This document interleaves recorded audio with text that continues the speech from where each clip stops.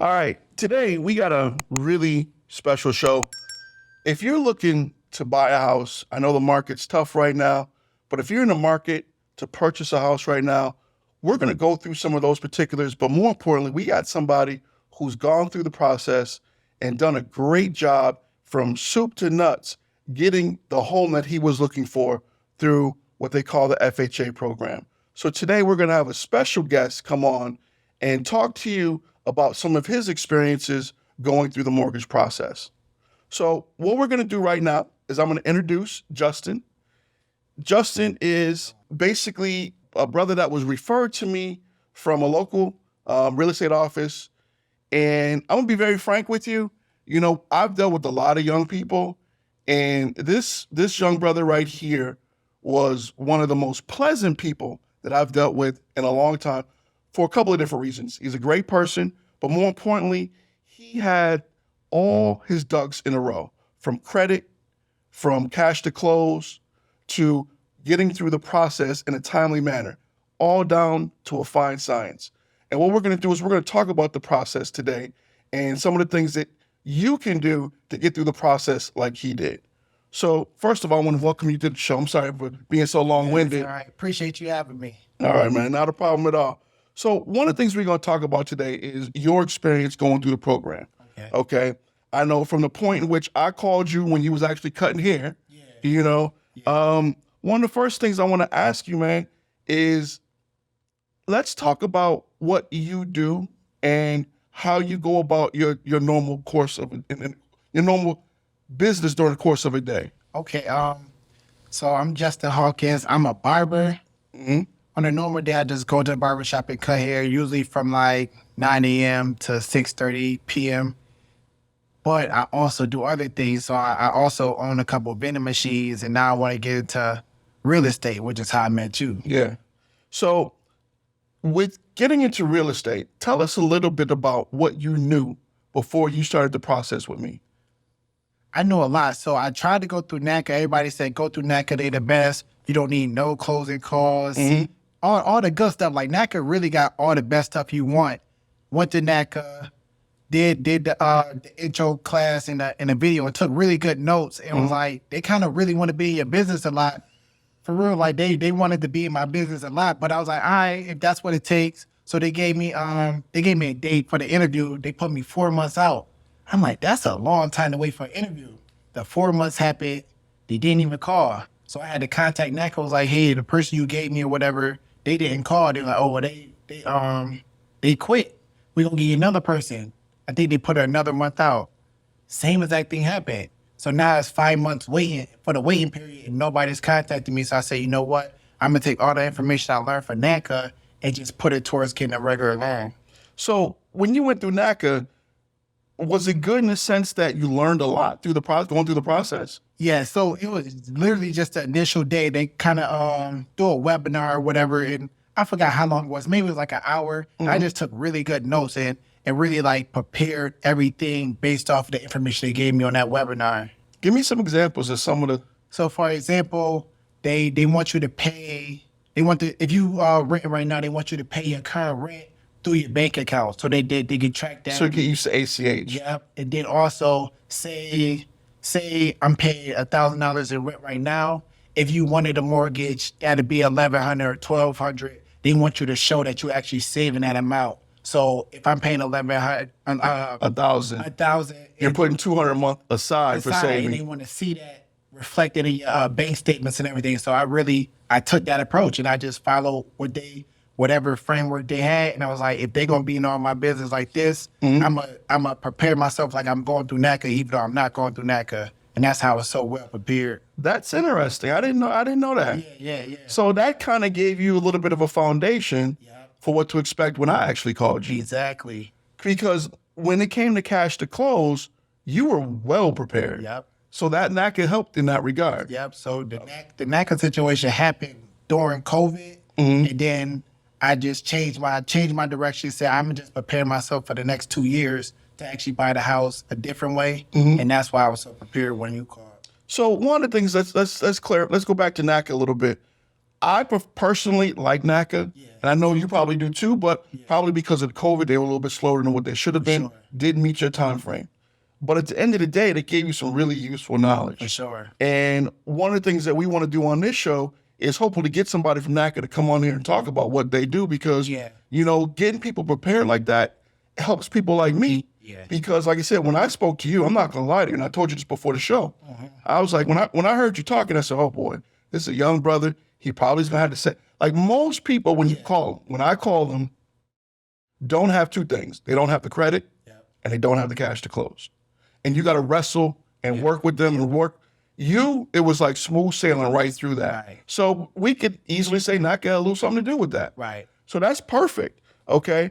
And then also tell me a little bit about, you know, how you went about your credit, because, you know, we're not going to say your credit score, but you had excellent credit. Yeah. And to be so young, you just don't see that in this industry. Yeah. So again, I know I always compliment you on that, but it's just something we don't see a lot. So before I tell you that, I got a quick story I never told you. So when you did call me, and you sung a lot of praises on me. We stayed in touch for a while. But when you did call me and tell me that I was in the middle of the barbershop, and you actually made me cry, I had to go in the bathroom and cry, because just as a like young black man in the city, I didn't really receive a lot of praises. Like people just kind of like invisible. So when you actually show like, oh wow, you know what you said, and it was like, wow, like I'm not used to that. So I kind of broke down and crying in the middle of the barbershop. I had to go get myself together. I'm like, man, like, you know, and when I was doing everything, I was learning everything on my own. So I wasn't sure if I was doing it right until you kind of like gave me, like, you validated that. Man, that just been making me tear up a little bit. But you know what? When you get as old as I am, and we just talking real right now. When I don't even care about these cameras no more. When you get as old as I am and you meet somebody and they're doing things the way your mother taught you, and you can see that in somebody else, a young brother, it's so refreshing. You know, and my job is not to not say nothing. I'm here to build you up. Because what you're going to do for somebody else, you're going to build them up. And a lot of people don't take that, don't take that approach. So it was refreshing to see that okay, you see it and you're not going to see it and not say nothing about it. You actually said something about it. I'm going to quickly say something about it. And I knew I was like, I even called my manager. I said, Ed, I got this young kid, and I said, I'm going to walk this loan through personally because I'm going to get him his house. You know, I knew putting you in the FHA. We talked about FHA in prior shows. And Josh, our associate producer, is sitting in the back here. And Josh and I had a conversation about, you know, some of the things that people are going through with FHA mortgages. So when you put your bid in, your bid could have easily been rejected. And you probably experienced it. A few got rejected, and I can see why people get turned away when they get that rejection. Because like my girlfriend, she was like when we got our first bid rejected, she was like, I don't want to do this. It's terrible, isn't it? It's terrible. I don't want to do this no more. And you was kind of telling us how when they see FHA on it, they're not really interested. They'd rather go take conventional because it's just easier for them. And I was like, okay. And then I think we kind of tried to find a way to get the FHA off, but I don't think we did. We didn't. Your realtor actually found another house for you that actually took the FHA deal. But we got a story about that after a couple of more questions. But thank you for telling me that, man. That really means a lot, man. We go back to the credit. Yes. So please go back to the credit, man. Tell me about how you got there. So I learned credit from, I had a big problem. So I had gotten to a bad situation and I stopped paying my student loans. And I got like about 300 days behind on student loans. And then I was like, I can't do this. And I decided to get back on it. But then I started to learn about credit and started to learn how to manipulate credit and learn like every 6 months you can ask for a credit increase. And when you ask for a credit line increase, it helps with the utilization. Now it makes your utilization go up, which makes your credit score go up. So I started to manipulate my credit so that my credit score would go up. So what you did in essence was your utilization actually went down. Utilization went down. You were using less credit, but you have more credit available. Exactly. And what happens is when these credit bureaus, TransUnion, Equifax, and Experian, when they see you have this much credit, but you're only using this much, that's called a low utilization rate. And what they do is they afford you more credit. They raise your credit score. So, and that's exactly what he did, and that's huge. A lot of people don't do that. And I am using the word huge again, but it's that those are the little things that people need to do to really get themselves into a home. And that's just awesome that you were able to do that and put yourself in a position that you were able to really kind of play the system a little bit. Right. You know what I mean? And now we're going to bounce from credit. Now what I'm doing is I'm trying to mirror my home buying seminar I did a couple of episodes back. Right. So we talked about credit. We talked about cash to close. Right. Tell us really when you started saving for your house. Like I called you on X day, Right. but when did you start saving for your house? I can almost say I've been saving forever, honestly. But I would say definitely within that 2-year period. So maybe from COVID, was that 2020? Mm-hmm. Maybe COVID, April of COVID, 2020 to just been saving since. Really? Yeah. So at least 2 years, 2 strong years of saving and consistently making sure that it reflects in my bank account. So I'm going to share some details with you. And they're just percentages, but these are percentages that we haven't spoken about prior. You had an issue with your house when you found your house. Right. Okay. Talk about that. And then I'm going to give you the percentages that you actually paid for your house. Okay. After your issue. Right. So the issue is I didn't know it was an issue. You kind of brought it to my attention that it was an issue, but as soon as we was kind of like, they accepted our bid, I had to put down a $20,000 check. And you was outraged about that. And I didn't know, like, this is my first time, so I didn't know that it was a D. I was just like, I knew I expected to pay some money at some time. Mm-hmm. You was kind of like letting me know that that don't make sense right now. So what happened was you found your house, you called me, Scott, I found the house, we're good, we're going to put a deposit on it. Yeah. And the house that you got was X. Yeah. And 20% of X for down payment was $5,250. Not 20%, probably what is it, 3.5? I'm sorry, 3.5, thank you. Yeah. FHA, you were going FHA. Right. And the 3.5% of the sales price was $5,250. Yeah. So 3.5%. All right.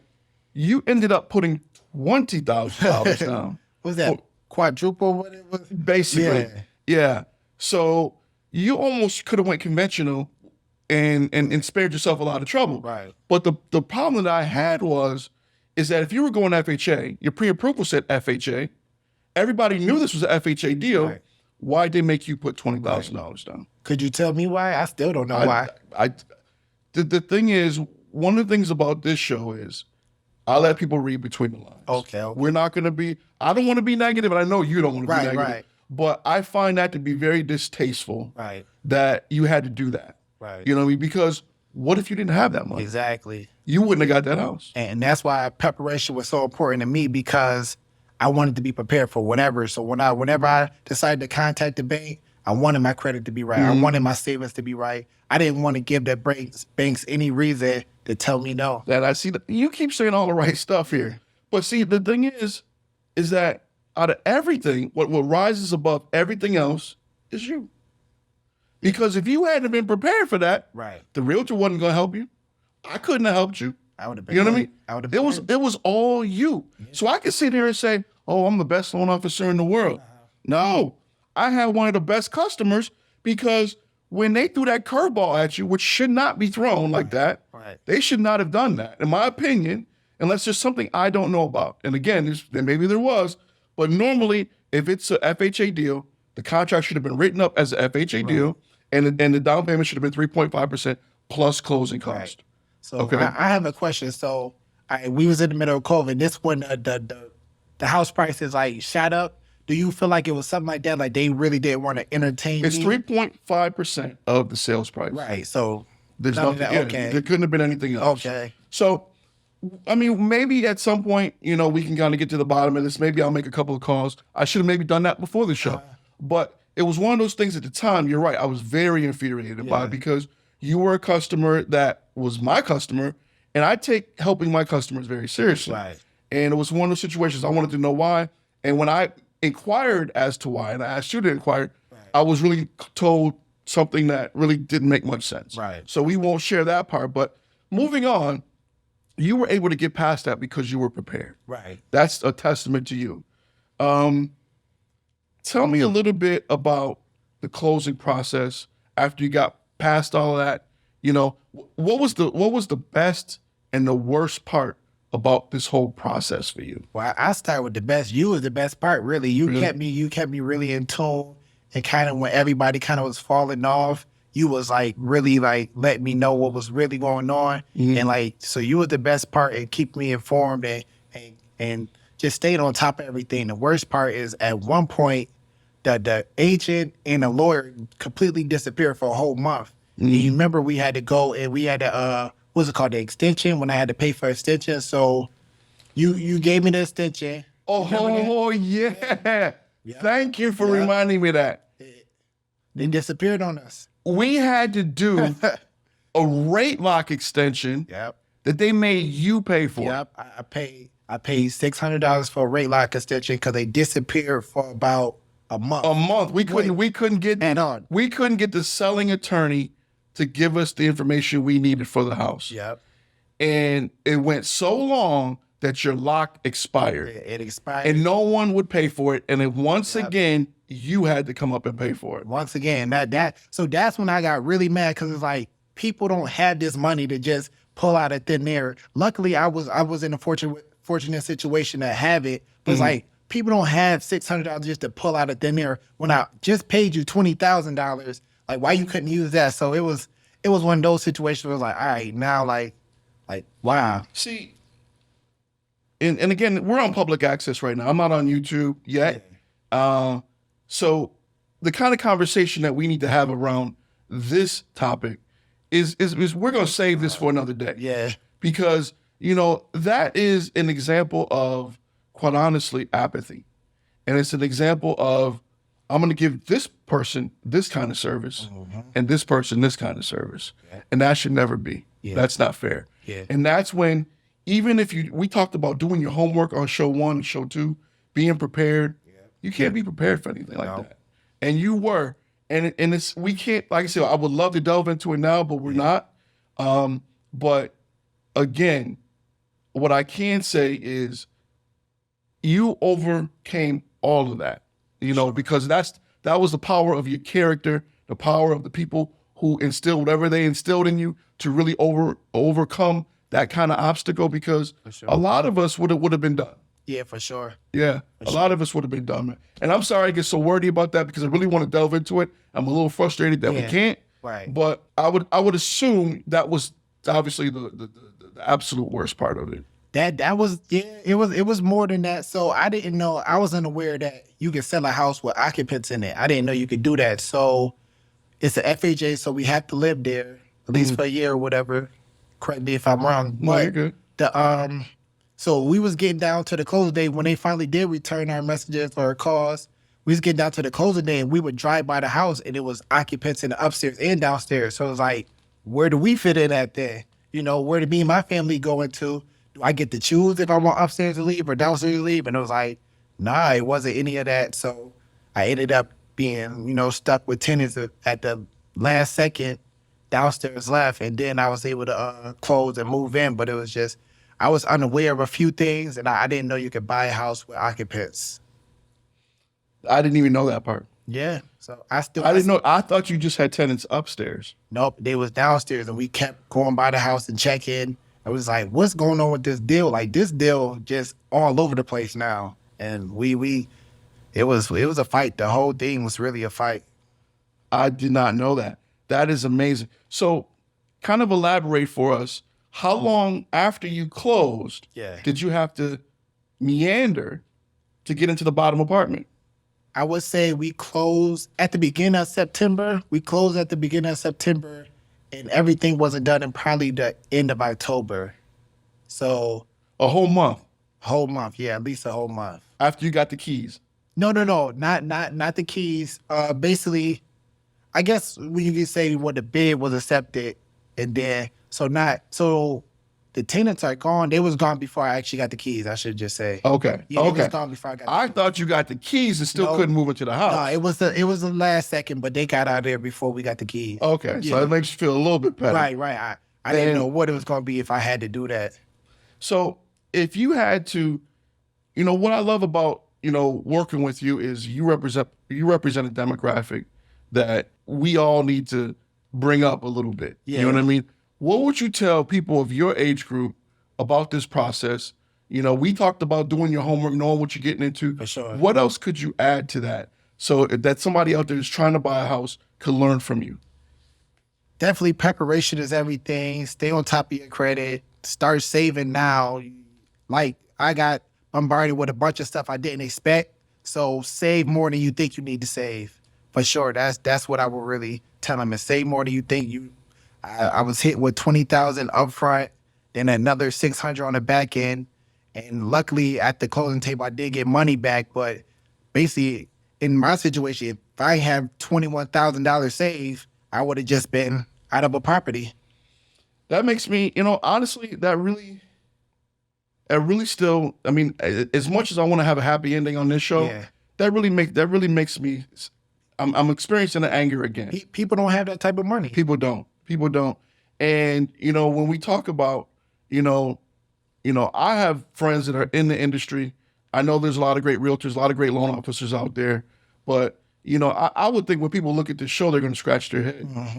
They're going to say, what did they put this kid through? I hope so.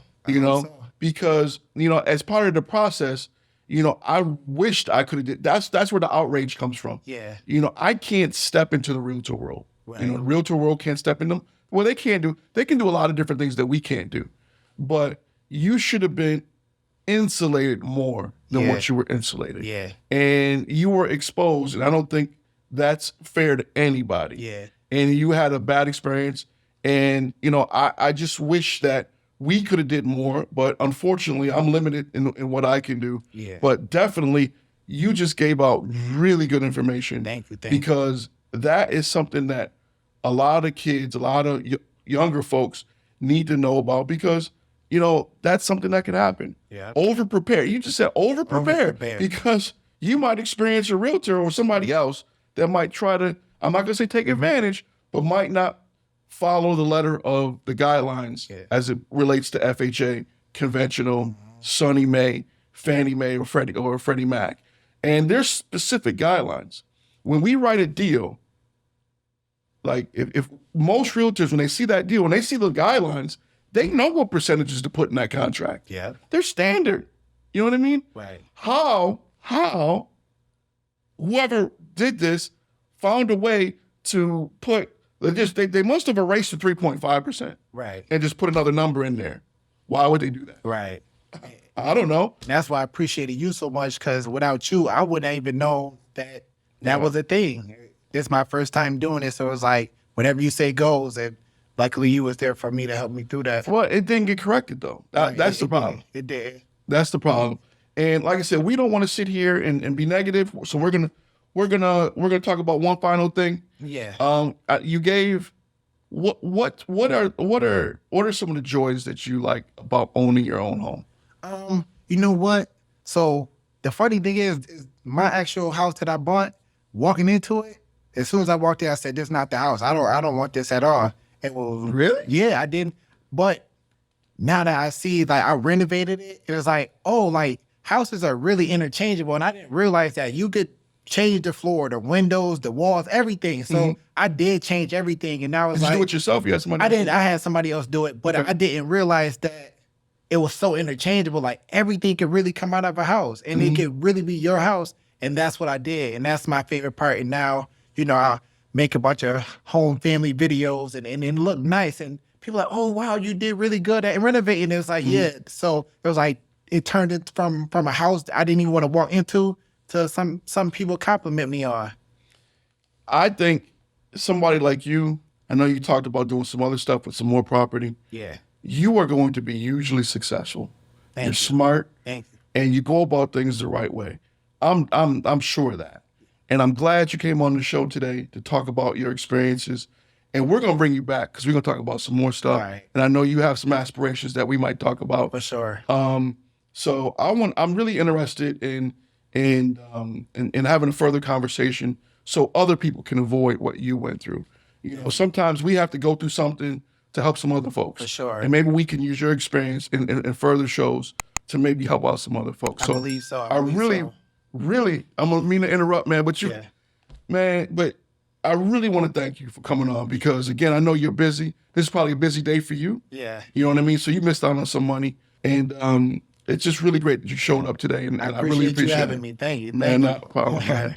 And on that note, we are going to end the show there. If you have any questions, you can go to our website at www.Financial Matters Western New York or WNY.com. It's on the bottom left of the screen.